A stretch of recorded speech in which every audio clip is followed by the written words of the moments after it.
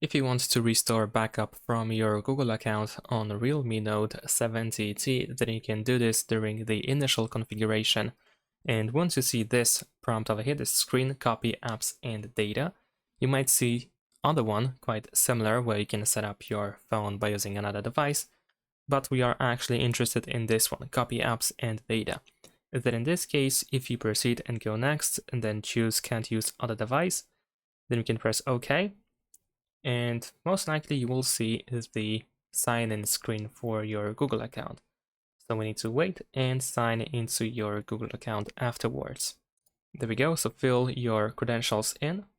And then of course we want to press that we agree to Google Terms of Service. And afterwards, if you have any backups, then you should be able to find them over here and select the backup that you wish to use. And that's it. Thanks for watching, leave a like and subscribe.